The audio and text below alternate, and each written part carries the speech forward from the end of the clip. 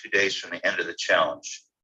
And in 42 days, they ended up with a 5.6, I believe it was, 5.2, $5.6 million valuation by an independent evaluator, because they sold, they went around to the businessmen in town who Matt already knew, and Grant and Matt would sell them on the idea of taking over all their digital advertising on a monthly subscription and hitting every channel on social media with multiple times a day, like 5 times a day or more. They called it flooding the zone. And to get these people well known, Grant often says, best known beats best in marketing. So with that, I already had known Matt, not before the show, but after the show. One time I took a trip, and the genesis of this trip was actually speaking with some private coaching with Brandon Dawson. And I had asked him for some business ideas. I wanted to go be an entrepreneur. I wanted to start again as an entrepreneur. I had been an entrepreneur early in my life. At 17, I grew up on a dairy farm in Wisconsin. Clubhouse. And at 17 years old, and we're guest, Mr. Calvin. Summertime, I was out of school and I wanted my first business. And I talked to Dad about it and decided to do a custom hay baling business. And so YouTube, my dad co-signed for me. We went down to John Deere and bought a brand new big round baler. They were new. They were a new invention at that time, new to our area. And they were just coming in. And it was a cheaper, faster way to put up hay before the rains came. And you could put up large volumes of hay without so much manual labor. So I bought that baler, hooked up Dad's tractor, and he let me use his tractor. And I put an ad in the Barron News Shield, Barron County, Wisconsin News Shield. Ran it year round, just a small ad, custom round baling, $6 a bale. And I run the tires off that tractor pretty much every day, all summer long as the sun was shining. And there was hay to make. I was out baling hay. And that set me up for a life of entrepreneurship. I would charge $6 a bale. They were 1,500-pound large round bales for the farmers in the area. And because there was very few of these round balers in the country, they would call me and I would go over there and bale their hay. They would have it all mowed, raked, and dried. I would just bale it up. An average day, I would do 100 bales or more. So I went from making zero money, or my dad would pay me like $25 a month just for some spending money, $25 a month. Helped him on the dairy farm, worked on the dairy farm. Very good work ethic. He made work enjoyable, fun. But went from that to making like $600 a day with my first business. And that set me up. You know, it kind of rewires your brain in a new way that you don't think of just going back to a job, you know, for $5 an hour back then, $6 an hour. It just doesn't compare. You have your freedom, you have your choices, your time, and your own business. From there, just a brief history from there, I had that for 5 years. I also rented some farm ground and did custom farming with my dad's equipment and raised corn and beans and hay, and did those two things simultaneously for 5 years. And then I sold out and moved to Phoenix, Arizona here, and bought a lawn care and landscaping business. And that was my next business. And I bought that out and grew it from like 500 accounts to over 1,200 accounts, and did really well with that too. Come full circle, I'll skip some areas here, but I did really well with that. It was raising a family. By then I was married. I had 2 little girls. And the summer of '94, this is the anti-power of not having good mentors. The summer of '94, I was just working every day in the hot sun. I had a crew, had a family to raise, and life was good, but I got burned out. My business had gotten really big, and it was a long, hot summer, and I didn't have mentors in my life. And that summer, I got burned out, and I sold the business, which I should have never done. I should have, basically that saying, I threw the baby out with the bathwater. It was the goose that laid the golden egg. Instead of looking back, I should have had mentorship and just restructured, got rid of a couple troubled accounts, and things would have been great. Instead, I just got discouraged. I sold the whole business. And I bought a truck and went trucking. And that was a 2-year plan. It was going to be a 2-year plan because growing up on a farm, I liked trucks and I liked travel. And I thought I'd just marry the two, trucks and travel, and go trucking for a couple of years while I decided on my next business. That 2 years ended up being like a 28-year journey. I was basically in the truck most of 28 years. During that time, I had gotten out a few times and tried to start businesses again or start farming again, which was kind of my first love growing up with that. But the truck was always kind of the bread and butter. It seemed like I'd go back because it always worked for me. So anyway, fast forward to today. I met Grant February of 2020, right before the shutdown. I'd gotten involved, seeing him online, and gotten involved in some of the programs just from afar. October, November of 2019. And then, like you all know, I started getting inundated with emails and ads and things from him. And so I thought, well, I'll go see what this is all about. So I went to the 2020 Growth Con in Vegas and enjoyed that immensely. And then fast forward from there, and COVID started. But the following spring, now let's see, I get my dates mixed up. It was 14 months ago, basically, last July, a year ago in 2021, July, that I went to the first real estate summit he hosted in Miami. And I signed up for the real estate club and started learning this real estate investing game. From there, in the fall, well, we went after several deals. I could tell you about them, but the story gets kind of long. It really increased our confidence by having Grant in our corner, having those weekly Zoom calls and being able to call the team and run by deals by them. I started Power Capital with Brooks Sabalas Pinheiro and Kim Ramirez. That was part of, they were both part of the club too. And they were both California corporate girls. One was with Thomson Reuters, run the West Coast, and the other one was a banker and ran a commercial lending bank in Southern California. And we started going after big deals, like Grant said, could change our life. And one of those I could tell you about briefly that really increased our confidence was we went after a 344 luxury units in Stamford, Connecticut, beautiful Class A building. And went up there, visited with the brokers. Jeffrey Dunn was the top broker in the whole Northeast for CBRE, vice chairman of CBRE, and had sold $37 billion worth of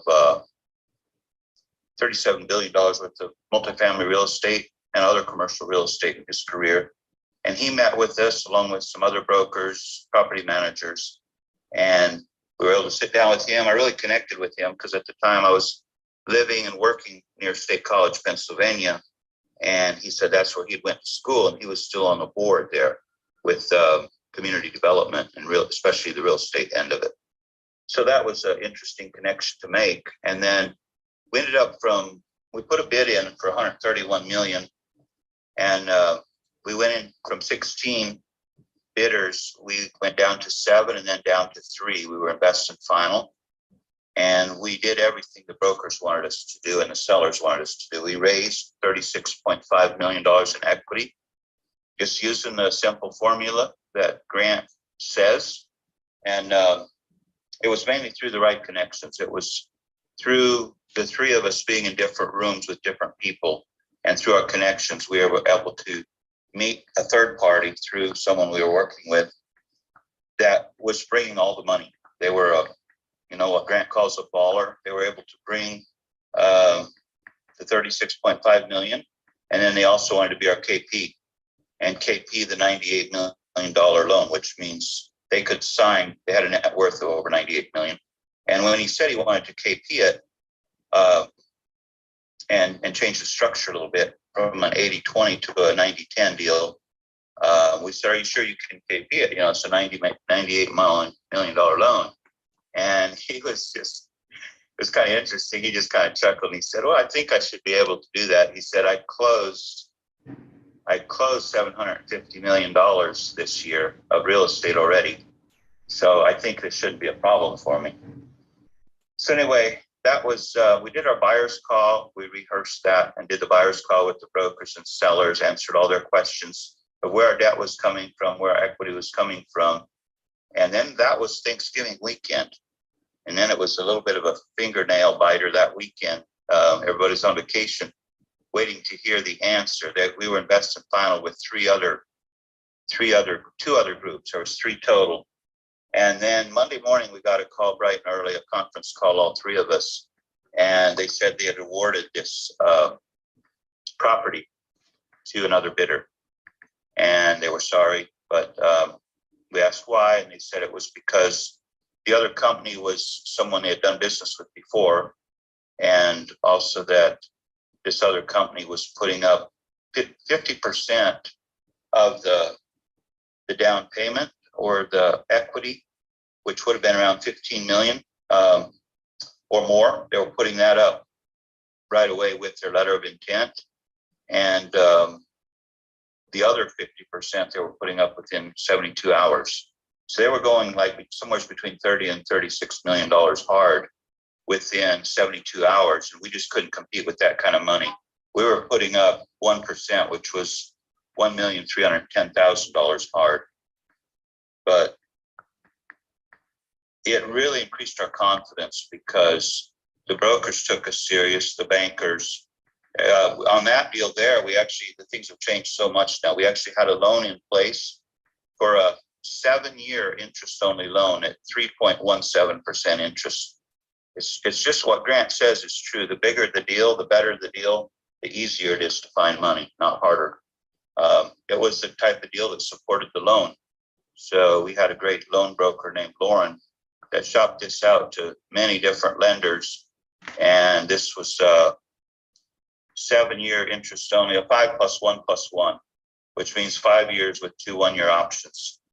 Starting at 3.17%, it was, I believe this was a Freddie floater loan. So it could adjust, and it would have adjusted, but with a cap on it. So anyway, back on subject.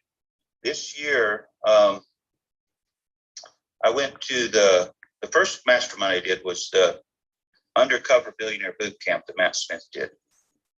And it was totally amazing, transforming. It was small, it was intimate. It was in the building that him and Grant bought together, or he bought when he was with Grant. It's the oldest building in Pueblo, and it has its own theater in there. They refurbished, so we held it there. It seats 100 people. I think we were around 90 people there, and 3 days or so. It was really, really good. And through there, I met a lot of nice people I'm still working with, including the Anna Suarez that has hosted on here before. And so she became my personal coach starting there. So you never know the power of one person that you meet, the life changes that can have on your life.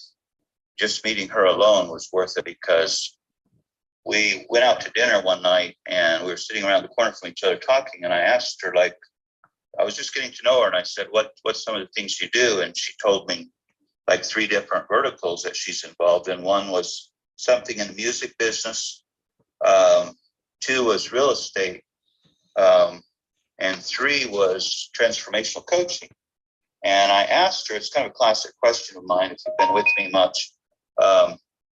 It's a good conversation starter, I guess. I said, which one of them, I said, fires you up the most? Which one of them like makes you feel alive and makes you like light up, fulfills you? And she said the transformational coaching. She did, and I thought that was pretty amazing, because the other things she was doing sounded pretty big to me, you know? And so I said, well, That's interesting. I said, I've used coaches before, and but I don't have a coach right now, and I probably need one. But I told her I'm pretty complicated, pretty messed up. I don't know if you could fix me. And she was like, complicated? Come here, let's talk. And she said she offered the first coaching session for free. So that night when we were done with dinner, we went back to the hotel and just went to the lobby there to a quiet room. And we sat and talked for, I don't know, 2 or 3 hours. And then, yeah, that was the start of a daily Zoom call with her. And whenever we're in the same city, we meet together face to face. But we do weekly Zoom calls. It started out for the first 3 months once a week, and then we went to twice a week for an hour and a half. So I spent 3 hours a week with her. I'm about to graduate. I actually have a call coming up this morning in a little while here, but with her.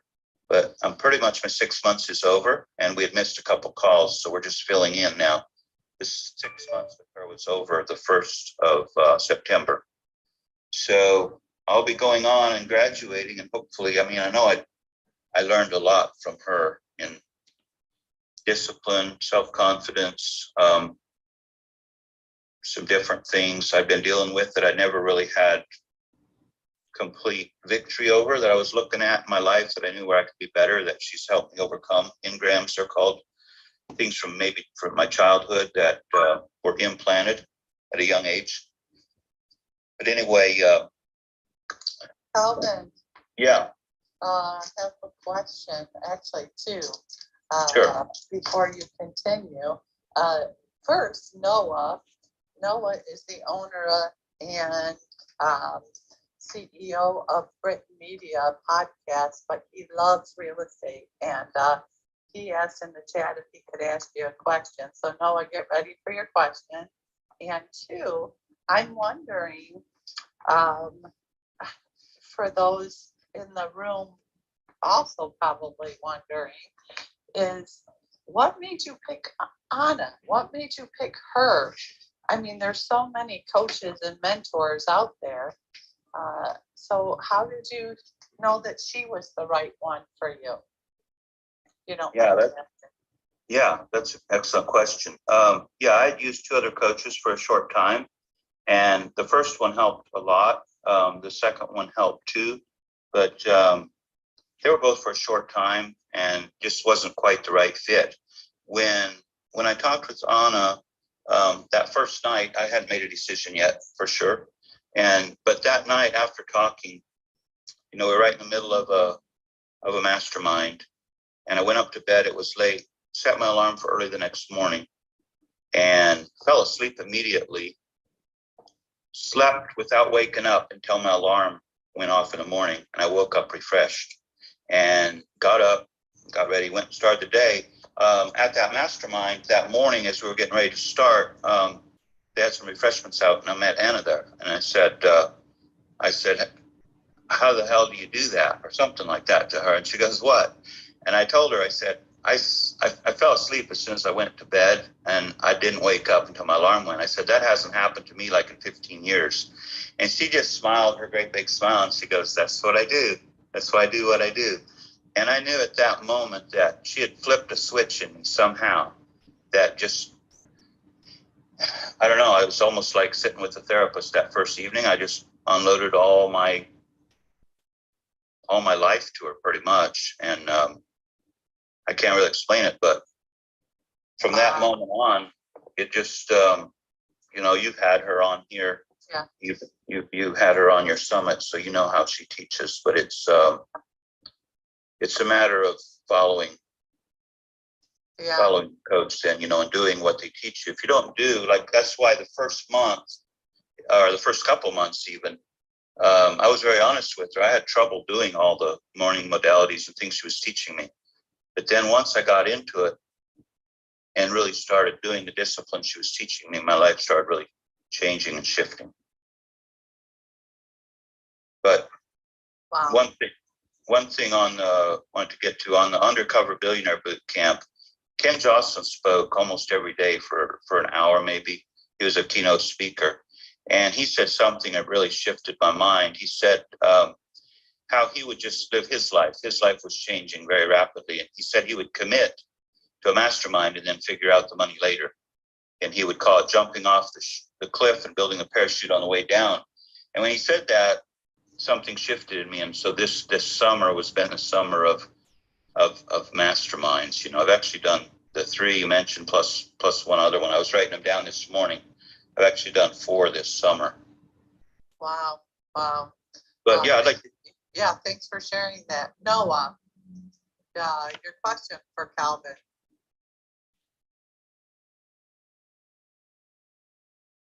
We can't hear you, Noah.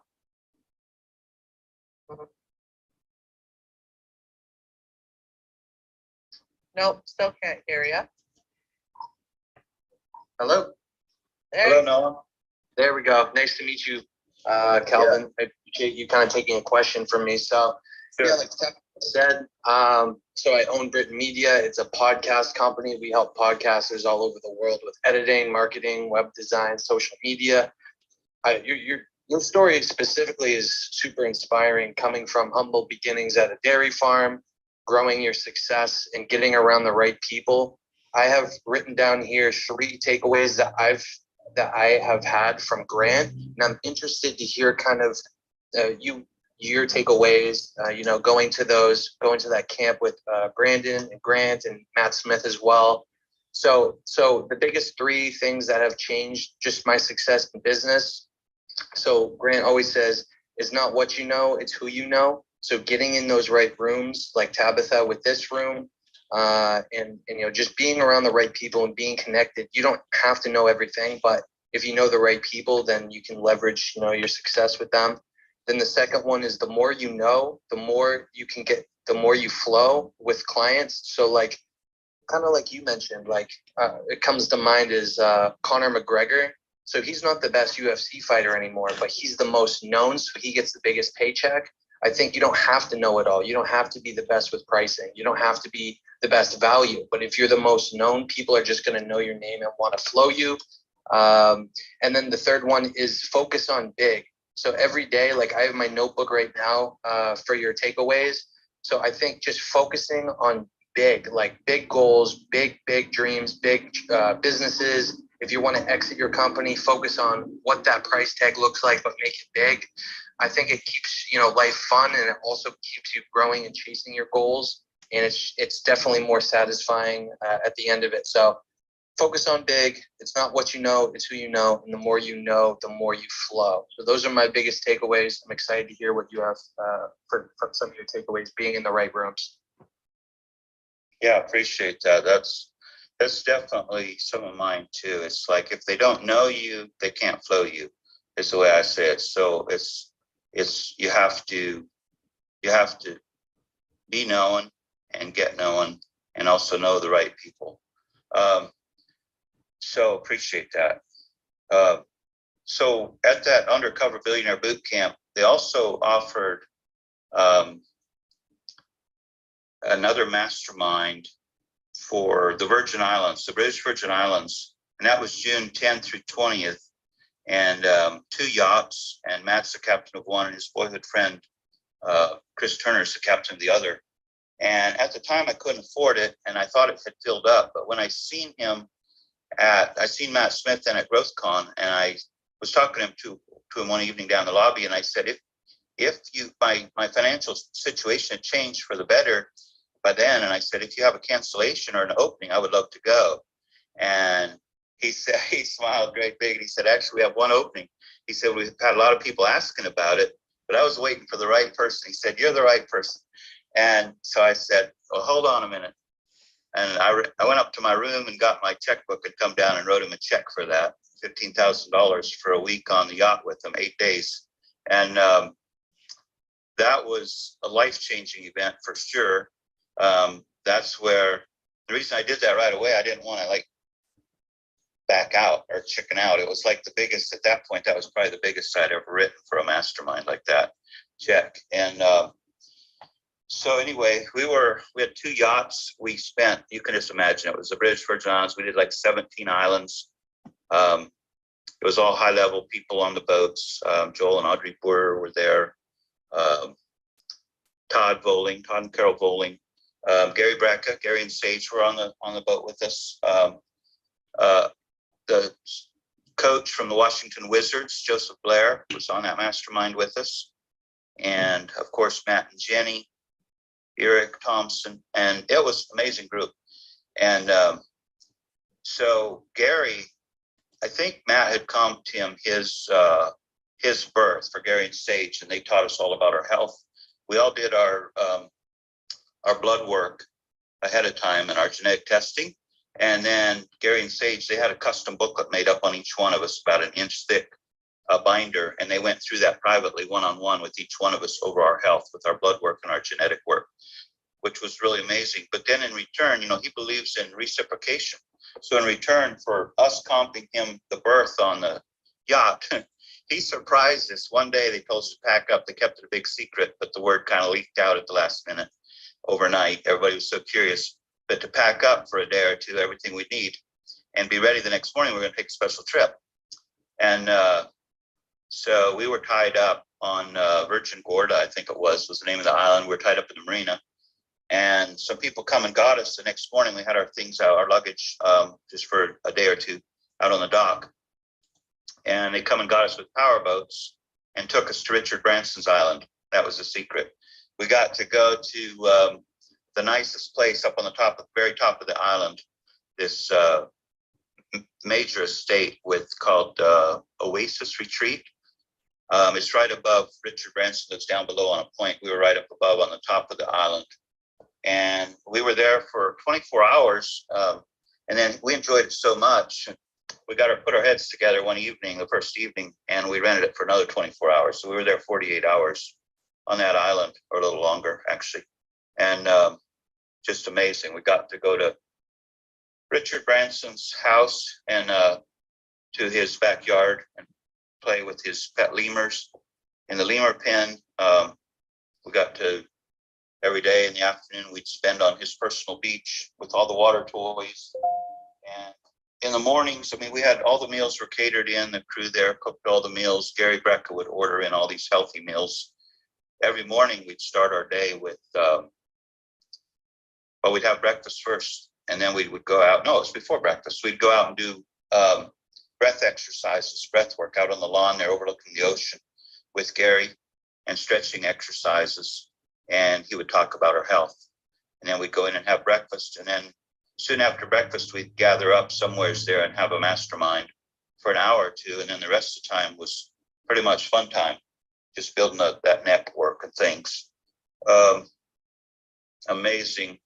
They're planning to do it every year. The name of it is Matt and Jenny Smith put it on. So it's put on by Matt Smith. Jenny is the coordinator on it. If anybody's ever interested, I'm not sure the exact name of it. It was born out of that undercover billionaire boot camp. So the name of it is like either Wake Up. I think it was Wake Up Mastermind, because they have the marketing company called Wake Up. And then I also did another mastermind. I felt I needed like a little more of I was listening to some different people online, and I needed to take care of like the inner core, more of a spiritual aspect to the mastermind. So I did one up on Mount Shasta. It was Ryan Blair, and he had built a company to $1 billion sales in his late 20s, sold that, I believe, in his early 30s. And now he does coaching and masterminds and things. So his company is called Altar Call, and it's more the spiritual side of the building up the inner man, I call it. So I went to there. It was cabins. It was a small mastermind we did in forget what month, but it was early summer, late spring, early summer. We did it in Northern California. We flew into Medford, Oregon. And then they picked us up with vans and took us to these cabins along the Trinity River in Northern California, near Mount Shasta. You could get glimpses of Mount Shasta as we're driving in there. But then we're in this valley by the river in the Trinity Alps, just amazing, beautiful. We had all log cabins. And there was see, there was 30 of us. There was 15. It was about 1-to-1 staff. There was about 15 staff with altar call.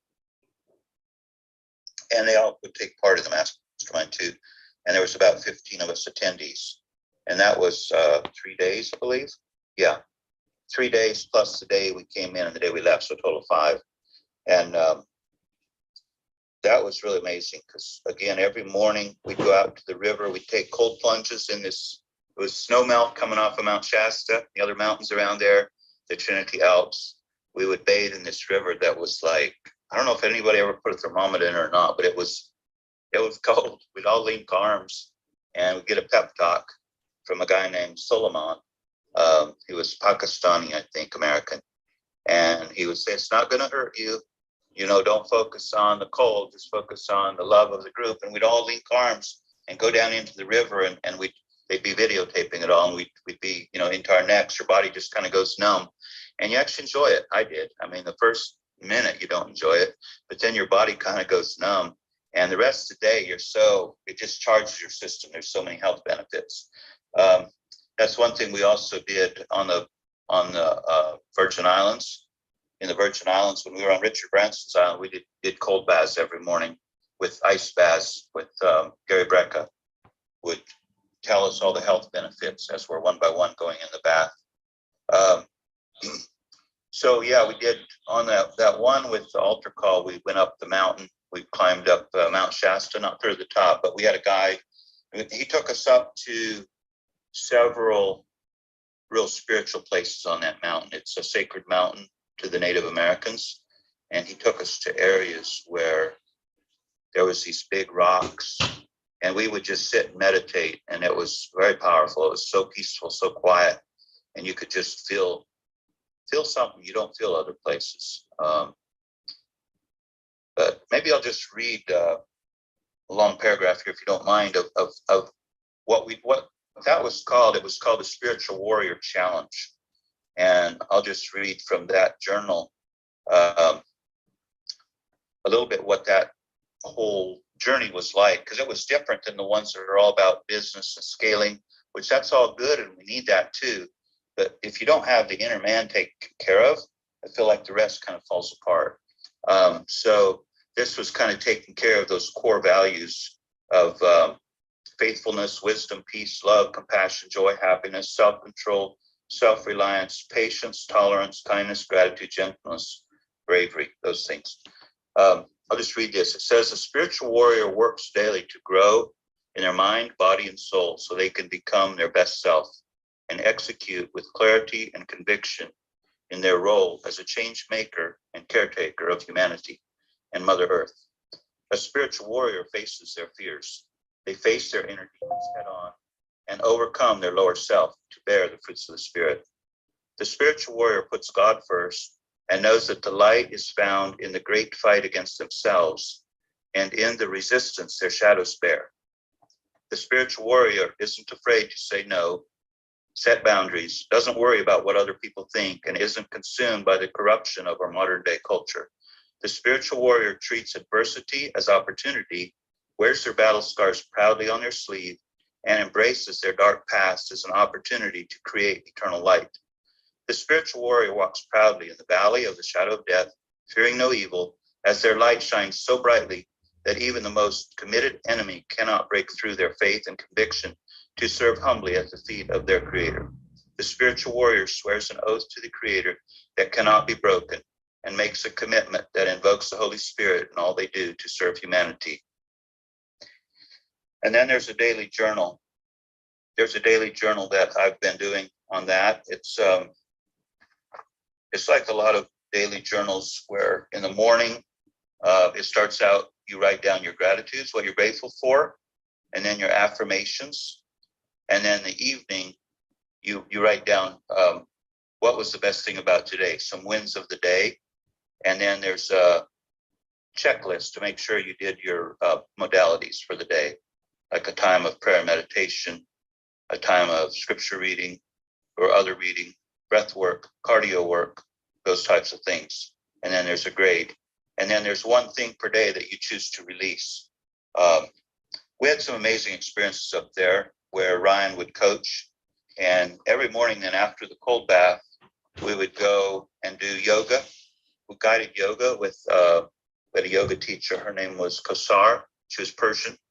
And we did about, forget if it was 15 minutes or 30 minutes of yoga and 30 minutes of guided meditation, or maybe it was 15 minutes of each.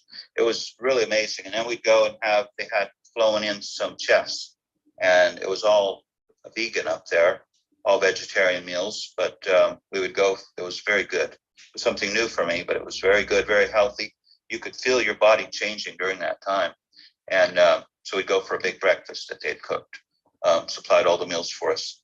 And then we would usually go for a hike up in the mountains, and down, we had a main lodge where we'd also do a lot of masterminding.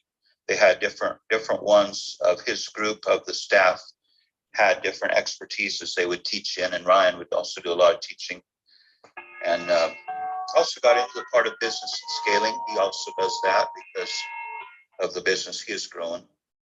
I'll open it up for any questions, and then I'll go, if there's time, maybe I'll talk about another mastermind I did in Sundance. The last mastermind I did was in Sundance, Utah, with Ken Jocelyn and the GSD Elite Mastermind. But before I go into that, if there's time, not really watching the time here, I want to open up for questions or comments.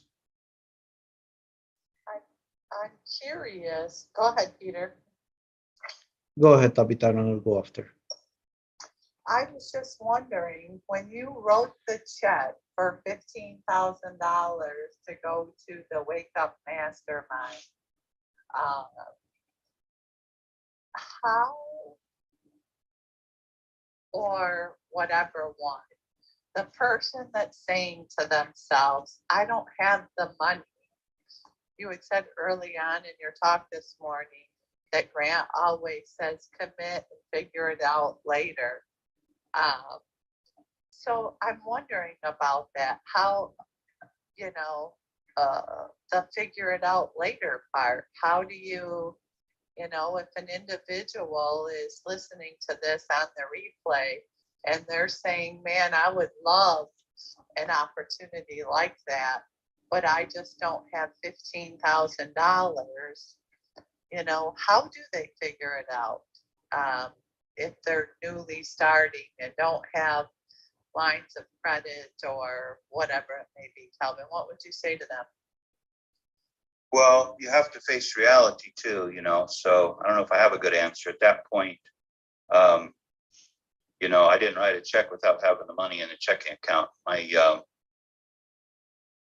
My income had changed, and I had gotten some unexpected money come in, and so I was able to write that check. I wouldn't have done it though if it wouldn't have been for Ken Jocelyn saying the power of the life-changing being in those types of rooms. I mean, that event was totally life-changing. And probably the biggest thing was Grant sometimes said, show me, don't tell me. On that, just the part of that whole mastermind, everything about it was great. I can't even explain. I mean, I could show you the pictures on my phone, but that's hard to do on this type of a call. But my big aha moment there was on Richard Branson's island. Waking up, I was out on the front of this big lodge, was shaped kind of like a big yacht. It was like 3 or 4 levels, all glass walls, and amazing infinity swimming pools. You overlooked the ocean everywhere as you looked. You had almost 360 degrees. It was probably like 290-degree views of the ocean around you. And it was just amazing. You'd wake up and like the ocean's right there on 3 sides of me. But my biggest aha moment there was realizing, being there with friends and being accepted as one of the group, and realizing that this is, very few people in the world get to experience this, but this is possible. Somebody built this. It just really came to me one morning as we were masterminding there after breakfast. Somebody built this. This was somebody's idea, their dream. Richard Branson bought that island. It's called Mosquito Island. A lot of people know him for Neckar's Island. He actually owns 3 islands there. And Neckar's was destroyed during the hurricane. And then he rebuilt, he rents that one out. He built new places on Mosquito Island. That's where he lives now. He has his house, which we visited, and also He has a house for his daughter, Holly and Sammy. But it just really hit me like, I could have this. I could live like this if you're willing to put in the action. I mean, I'm a long ways from that now. We got the taste of it for like 2 days, but it was like, I seen a possibility. If a person just puts in enough action, like Grant says, anything is possible if you just give it enough action. And so that was my biggest moment of that whole trip, was just like, somebody dreamed this up, and then Richard, and then he put in enough action to actually go by the island and build these places on the island and manage them and run them. It was just totally amazing. But before I think about it, the whole theme of that whole mastermind, those 8 days, we actually had 10 days. One day we flew in and took to St. Thomas and took the ferry over to, because St. Thomas is, for those of you that haven't been there, is U.S. Virgin Island, which owns 3, and then British Virgin Islands owns over 60 islands. So we took a ferry over to British Virgin Islands, it was Tortola, I think, Tortola Central. It's all new to me. But anyway, and then we got on the yachts the first evening, and we waited while the boats were provisioned, and then we just did dinner on shore that evening and slept on the yachts. Then we left the next morning. Then we spent 8 days on the water. 2 days during that time was on Richard Branson's island, and then finished up the time on the water. And every night we tie up on a ball or in a marina, usually on a ball at a nice beach, and we take our little dinghies to shore. And there was these beautiful beaches, different island pretty much every night. And then on the shoreline, there'd be a nice sandy beach, and then behind the beach is usually a line of bars and restaurants. So we'd be able to go there and have dinner and basically live in our t-shirts and swimming trunks every day. But I was going to just say the 3 main things or emphasis of that whole mastermind, overarching theme, was 3 things. One was to dream big. The second one was to live well. And the third was to experience love.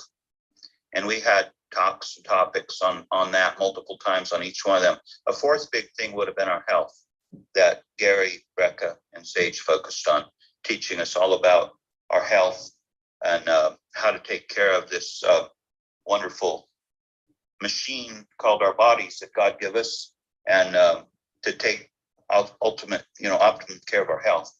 And so, on the question. You're selling me the vision. Yeah.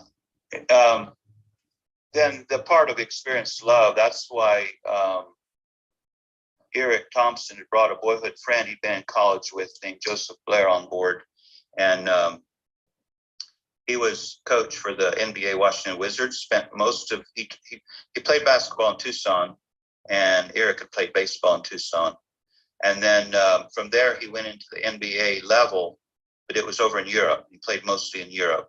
He goes by JB, and I've got pictures of me with him. He was amazing because, again, you could just watch him. He would give the talks on the way his team, how he builds his teams and gets the most out of his players. But just such a loving man. Just to give you an example, he would show love. People would come up to him everywhere, want their picture with him and want to just sit and talk with him. And he was available to anybody and everybody. And just to give you an example, we'd go to this big old pirate ship. We'd tie up on a ball and we'd take our dinghies to this pirate ship called the Willie T's, a famous pirate ship there. And it's a bar on it. And we jump off we'd go up on the deck, up on top, and jump off all together into the ocean. And people had their GoPros on and all that. But he was always like, he knew because of my airplane accident that it's a pretty big step from the water up the ladder up onto the dock there at Willie T's. And he knew just by watching me that I don't consider myself handicapped, but I am limited in my strength, in my feet and legs and things. And the ladder coming up out of the ocean there and onto that dock it's not like the dock is close to the ocean. It's up pretty high, and the ladder there, the steps are pretty big in between. And every time we jump off together and we'd swim around back to the dock to get on, he'd be there waiting for me, and he'd reach down with a great big hand. You know, he's a basketball player. He's a coach now, but he's like 6'7", I think, 6'8". He's taller than Matt Smith. And he'd reach down with his great big hand and just hoist me out. You know, that was pretty cool. And then I had opened up a tab there on that, and I was paying drinks on that for people there on our group. And he come to me and he said, I want to buy you a drink. And I said, well, I have an open tab. Why don't I buy you a drink? He said, I know you have an open tab, but I want to buy you a drink. He's just looking me right in the eye, just with that love look he has, you know, that caring look. I want to buy you a drink.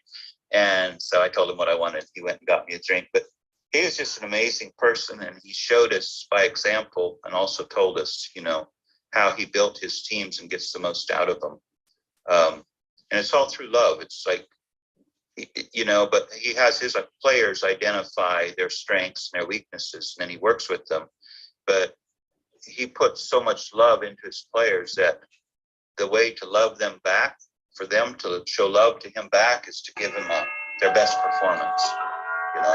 And so that's the last mastermind I did was I signed up. Ken Jocelyn called me and invited me to join the GSD Elite Mastermind in Sundance. And so I did that, and I joined up for a year. So that one is $30,000, but you get a Zoom call twice a week, Mondays and Thursdays. And then you get 4 masterminds a year live in very exotic locations. And you could choose 3 of the 4 per year. And so I went to the Sundance, Utah, which was Provo, and it was a very, it was the Robert Redford Ranch at the Sundance Resort. And so amazing mastermind. That was only 28 people there. And you had people there like Randy Garn, it's one of Ken Jocelyn's best friends. Randy Garn is from Salt Lake City, Utah area, owns 35 companies. One of them I'm familiar with because we buy mattresses from him, 50% of Maloof. Helped them build their new, reset their vision, build their new 1 million square foot factory and warehousing up in Logan, Utah, Maloof Mattresses. I don't know what all other businesses he's in, but he also does coaching and mentoring. And he's one of my coaches and mentors now, and just from being in that mastermind. And that is just on a friendship basis where I can call him and run something by him, ask his opinion on something. And as a friend and a mentor, everybody in that mastermind, I have their names and their contact info, and I'm free to call any of them or text them or email them. And that's an amazing mastermind. So Randy Garn, I believe, is a billionaire. If not, he'd be really close. Another man in that mastermind was Ivan Ans. All the speakers there paid to be there. They didn't get paid to speak. They paid to be there. Everybody there pays to be in that mastermind. And then it's a privilege if you're asked to speak. It's like I consider a privilege to be asked to host here this morning. Ivan Ans is a family office. He's an Argentinian, lives here in Tampa, St. Petersburg, I believe, somewhere in Florida. And he runs 41 companies he owns. So he just keeps adding companies. They all have a philanthropic, however you say that, arm to them. The name of his main company is called Philanthro Investor. You can look him up. It's called Philanthro Investor. And you can look him up at philanthroinvestors.com. It's founder at PHILANTHRE investors.com. And he has 41 companies, and I believe he's a billionaire also. Gary Brecka was there. Sage was there. Dan Clark, who is a famous author, songwriter, speaker. He was there. A lot of amazing people. Made a lot of new friends there. And yeah, just one of those things, again, you can't hardly explain it. You just have to be there, you know. Brent Gove is a great friend of mine. We spent a lot of time together in the mountains, on the hikes, talking. And Brent Gove is, he was at EXP, built one of the largest agent followings in EXP. He must have got in early on, soon after it started, because he has about 36 or 38,000 agents in his downline. Wow. Quick question, Calvin, for the individuals who will be listening to this replay is, how do you decide? I mean, what I'm hearing you say is that, I mean, the 4 masterminds that you attended were all different masterminds. How would a person decide what room they need to be in? You know, how did you decide, or what would you share with them as in, man, if I have to pick one, because, you know, each of the costs to be in the room, there's a cost. How do I know which one would be the one that I should invest my funds I have available in? How would I know which room is the right room for me? Well, how, I guess my return to that would be the same way you get married. You know, it's proximity. It's the people you know, who you feel right with. These were all people that I had proximity with that just invited me, and I said, raised my hand and said, yeah, I'll come. There was a price to pay, and sometimes, like I said, you have to face reality. Sometimes we don't have the money, and sometimes I felt like I didn't have the money, but I've always been able to figure it out. So yeah, I mean, we each kind of know what our journey is, our path, what we need.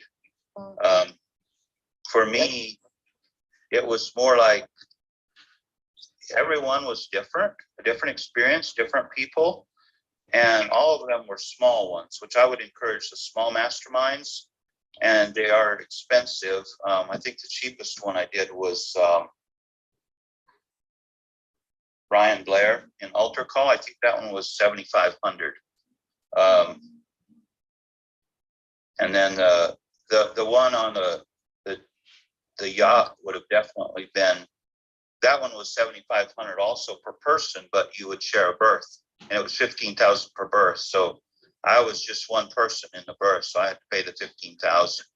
And then the other one is $30,000, but you get 3 masterminds out of the 4 a year you can choose. Plus you get 2 Zooms a week. Gotcha. But yeah, I guess it's just, we're getting a lot of feedback, or someone's not muted or something there. But I don't know if I have a good answer. I guess it would be, for me, it was people I was already involved with in the 10X community that I knew had a good following, like Matt Smith, like Ryan Blair wasn't in the 10X community that I know of. I just run across him and been following him online. And they had tried to sign me up on their online stuff. And I told them I'm already doing so much online, but if you have something, I like what they taught. And I said, if you have an in-person event, I would like to come. So then I went to the first in-person event they offered me, and it was well worth it. It was a rounded out aspect of my life. I had a lot of big wake up moments there that, yeah, I could tell you about it. It was things in my life I've been carrying where it was on that grassy knoll by the river. One morning, he gave this talk, and then it was anything we were carrying that we wanted to get rid of, to talk about it, and then we'd go and put our hands in the water down that river and just let the river wash it away. And that actually worked. It might sound kind of, you know, like voodoo or whatever, but it really worked. It really worked in my case, just to wash away some of the bitterness and regrets and things I was carrying from a marriage I was very much invested in. It was a broken marriage, and in the middle of that all, and I was able to just let that all go. Yeah, I think that part of the success of that, Calvin, was that you did some really deep diving into knowing yourself and what might be holding you back, and what area of your life do you need some growth in, and then choosing, you know, the room that you want to be in so you can experience that.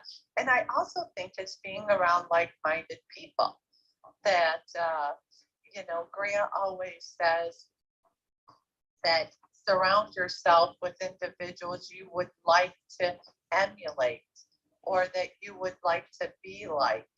And those are the individual rooms that you want to get in. I know that Peter had a question and it's 9:39, so I wanted to get Peter's question in. Go ahead, Peter. No, thank you, Raj Tabitha. The only thing I would like to ask Calvin, from every single one of these masterminds and everything that happened in the last, I would say, 2 years of his life, what will be in a very, I would say, brief talk, to say like that, what would be the changes, the major changes that it took over in your life? And I would say, like, where you see the progress of being the new you, the new person, that it's a result of all these masterminds, all this new exposure with the new communities, new people, new surroundings, new, I will say, collaborations that it took place in your life, and how that affect you, what were the results of the changes? Yeah, I guess one would be having the example of others to see what they do and how that changes them, and also having the network or where I can call them up when the going gets tough and get their advice on something. Confidence also would be a big one. I have confidence to go out and do these things because I see others doing it. It's like follow the leader. Another thing is like small, Ken Jocelyn always says it, small incremental daily disciplines always lead to monumental growth. So it's just having that discipline of the small things. That's really been big for me, to see that these people at these high levels do these small disciplines. They take the time. And there's different thoughts on this. Some people just say, just get up and start working. But other people say it's, most of these master coaches, they say it's important to get up early in time to do, take care of like your physical body, take care of your faith part of your life, whatever your faith is, of prayer time, meditation, whatever, take care of your relationships, your family, and then take care of those things first early in the morning before you dive into the business and the finances and the phone calls and the emails, and how busy life gets. But the biggest shift for me, I guess, would be that, really. And I think it'd be different for everybody possibly, but for me, I needed to really build the discipline muscle.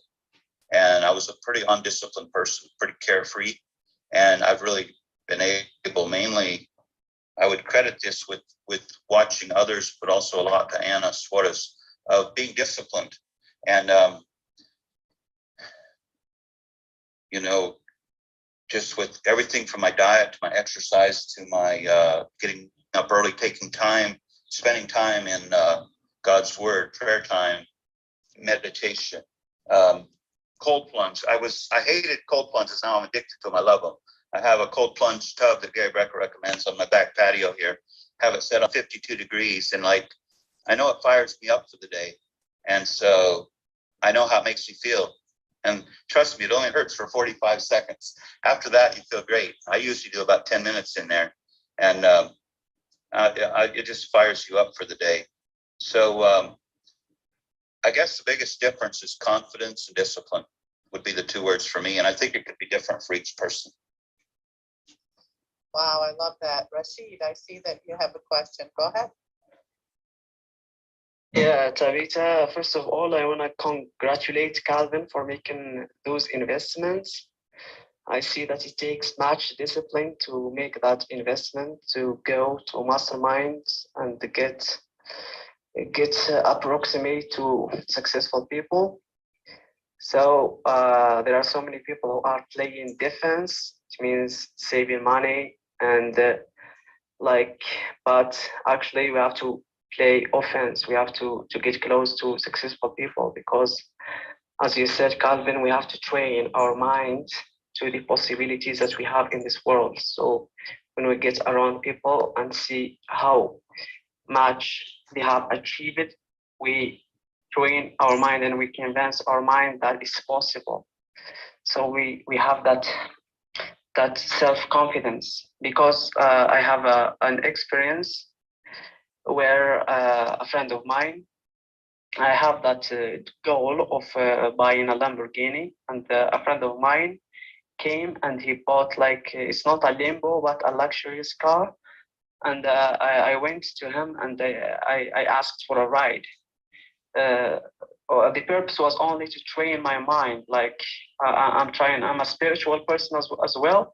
I'm working on all these meditation and visualization stages because I believe if I am ready, it's not about like making money first. It's being ready first from within. So I believe in all this visualization. So I don't care about the how, like the when and everything. So I have to prepare myself first. My question is, I think I will repeat what Peter said.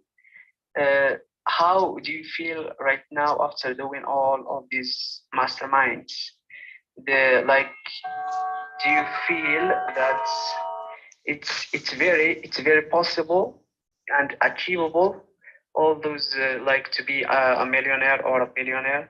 Is it something that all the average people can achieve if they work on themselves? Hope it makes sense. Yeah, for sure, for sure.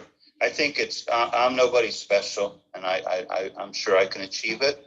I'm on my way already. Last year, I had a goal of 1,000 doors, and I was trying to do it on my own or with my team to get our own deals, but it was getting towards the end of the year, and we hadn't closed on anything yet.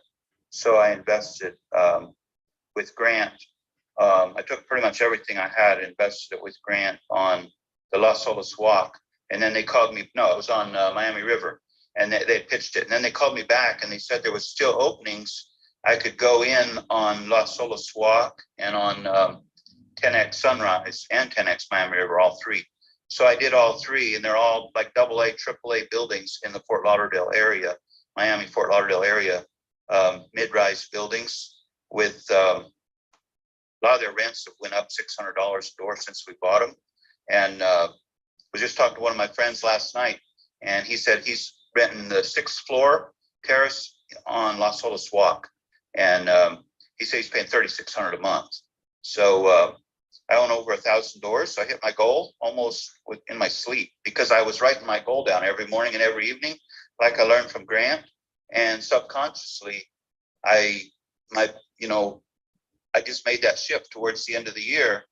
I watched one of their pitches one evening on that one, and I called them and invested in it, and then invested in all three.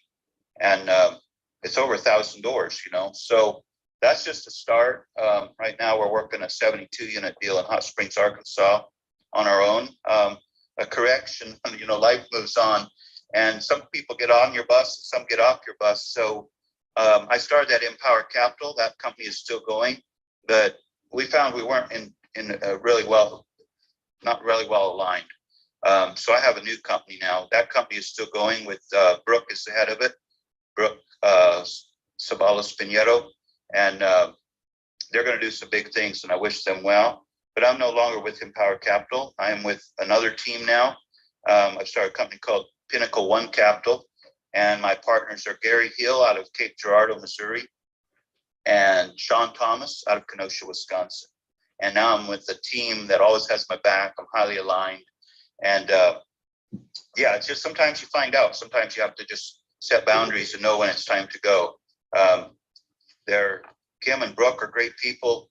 I wish them well. I love them. I'm sure they're going to do great things, but I'm no longer with them. Wow, Calvin, that was a powerful message you just shared for this Labor Day holiday right there, which is you had at the end of the year, and you had the goal was 1,000 doors, and you hadn't even had one, and you switched it because you Right. have to kind of change sometimes your approach and what you think is the how you're going to get the result, but you were willing to be open-minded and look at a different avenue to hit the same goal, just in a different way. That was really powerful. Thank you for sharing that. Yeah, and one thing, I know we're getting towards the end. I want to, or we're over time. I want to just share something really quick. Going back to that one question, how do you know which one? Of all the ones I've done, they've all been great and all amazing people. And it's hard to pick just one, but if I had to pick one, if somebody wants to join an amazing group, the most amazing group of all that has been put together is this Ken Jocelyn, the GSD Elite. I was just going through the book. I have everybody's picture and name in here. And, you know, so I left out names. I won't go through them all, but like that room is just so much love in that room. Everybody is there not to stroke their own ego, but they're there to serve. A saying in that group, a big saying in that group is, what can I do for you, not get from you? And they're very high level people. Like we had Amberly Lago for those 5 days. She is one of the largest women podcasts in the nation. It's True Grit and Grace. You can check her out. We had Master Jeff, which he was in Forbes magazine. They called him the Tony Robbins of Persia. He has a worldwide following, especially in the Middle East and all around the world, of millions of followers. Jeff Jafari, and he is known as Master Jeff. And I even left those people out. I mean, I told you some that I really connected with, but I did really connect with Amberly, and I left her out. So I'm sorry about that. I just wanted to say a shout out to them. There's a Bethany Fisher, Courtney Helmsley, Kathy Grove, Brent's wife. There's a young man named Abbas Muhammad. He's 24 years old, might be 25 by now. He's already doing these things we all are aspiring to do with the real estate. He just did a $30 million purchase, and he just did a $15 million and a $13 million purchase in multifamily real estate. And he's in one of the hardest areas to do it in. So but he's close to the money. He's in Silicon Valley area. He's in San Francisco Bay Area. But, 24, 25 years old, and he's doing $30 million multifamily deals already. And all these people are willing to. So one of the things they do, they leave their ego at the door, and they're one of the group, no matter what level, whether you're just starting out or you're already a billionaire. Everybody there is on the same level.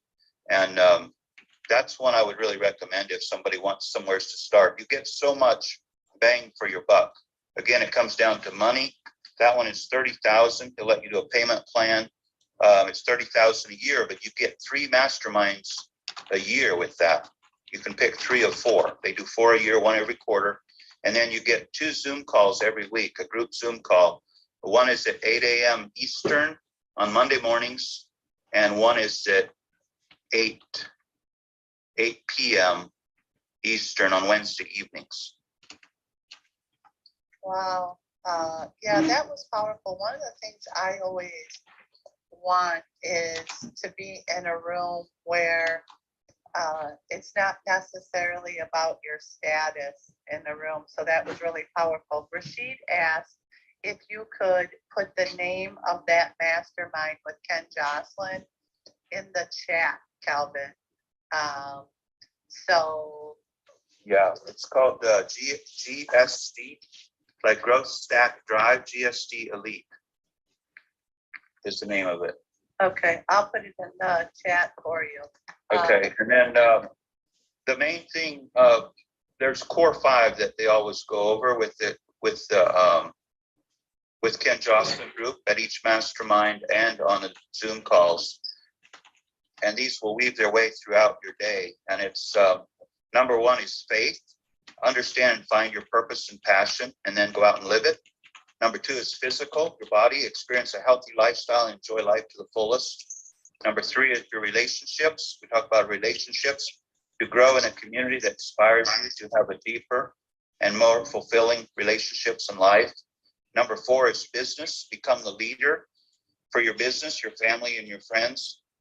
And number 5 is finances. To once and for all nail the business of finance so that you can work on your business and not in your business.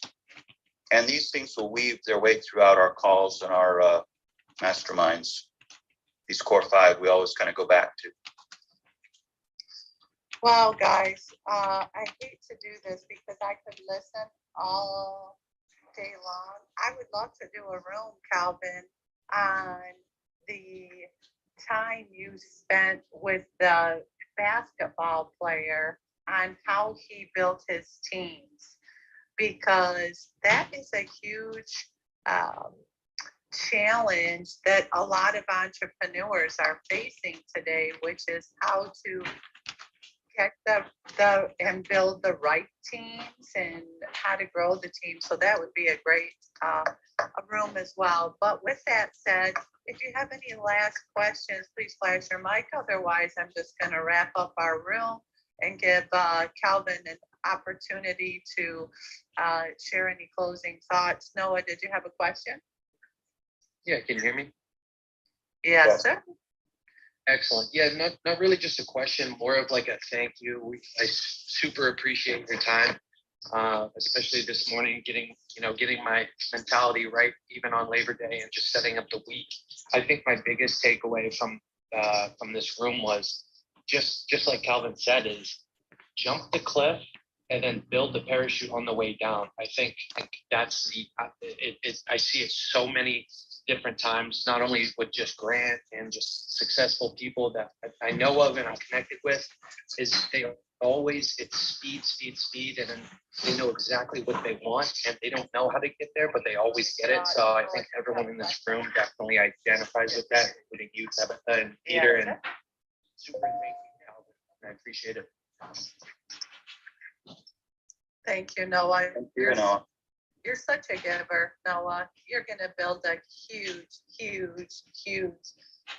going to be that individual that Calvin was talking about, that 24 and 25-year-old. You in India are going to be that individual that other people are talking about in the very near future. So stay focused. But with that, Calvin, I was wondering if you could go back in your notes while I just wrap up the room. And I'm wondering if you could repeat what you said. You said, I wrote it down, but I just want to make sure I wrote it down correctly.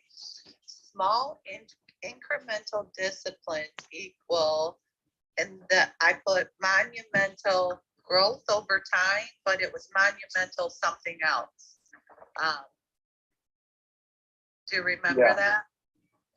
Yeah, it's, I don't know if I quoted just the way Ken does or not, but that's basically it. It's small incremental growth.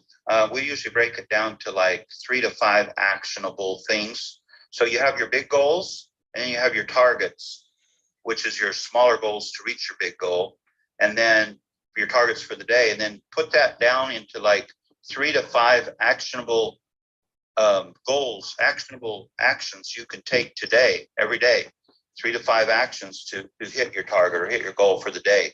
And that's your small incremental growth over time always equals monumental growth.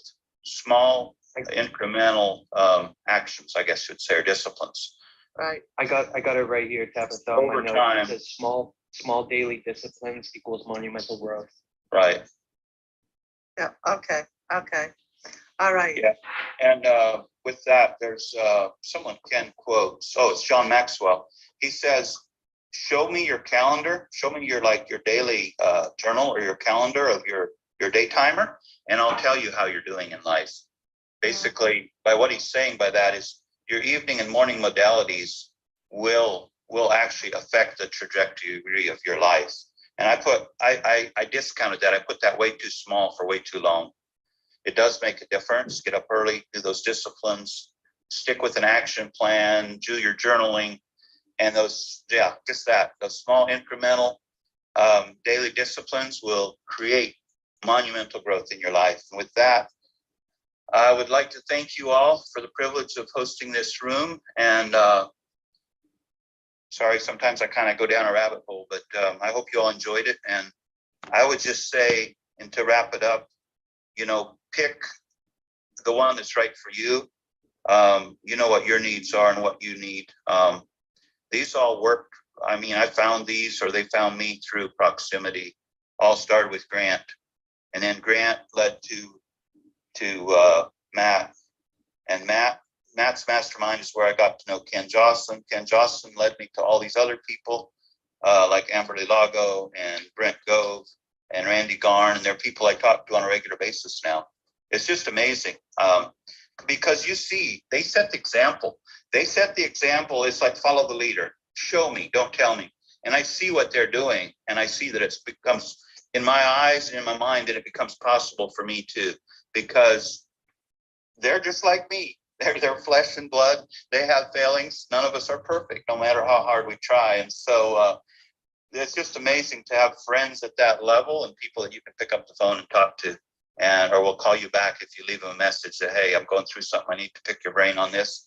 And your phone will ring, and there's, Randy Garn or Brent Gove. It's just, or Amberly. It's just, and there's a bunch more I'm leaving out, but it's just amazing thing. Yeah, and it's, you have to be willing to get out of your comfort zone and ask permission. So these people, I asked permission while I was there. I said, can I, when times are tough or I'm going through something, can I pick up the phone and call you? Can I text you? Can we develop like a rapport, a relationship where we can help one another out? And they said, absolutely. I love that, Calvin. I needed this message this morning, so I appreciate you being here, getting up bright and early, because I know it's early there, and sharing this room with us this morning. So with that being said, guys, this is the Growth Mastermind Group. We're a group of entrepreneurs whose mission, vision, and purpose is to help you, yes, you, the entrepreneur, find, unleash, and fulfill your potential. We meet here each and every Monday, Wednesday, and Friday at 8:35 a.m. Eastern Standard Time. And with that, we hope you have a fabulous Labor Day celebration, whatever you do. We're laboring today. We're all working here at my house. That's what entrepreneurs do. And we always say we take hours off, not days off. So we will see you here Wednesday at 8:35. Rashid, I saw you flash your mic. Did you have one last question? Yeah, I want to thank Calvin for all the pieces of information and everything. And I want to say I hope to get in a room with you very soon. And after that, I hope to get in a room with Grant and all the other successful people in the future. And thank you, Tabitha, Peter, and everyone. Thank you so much. Thank you. Thank you Thank very you. much, Calvin. Sure. You're the man. Thank you. Appreciate everybody for joining today. Amazing room. We will see you on Wednesday. Have a great day, Thank Calvin. you. Thank you so much. Peter and Bye-bye. Tabitha, for inviting me. Thank you. You're Thank you always very- welcome here.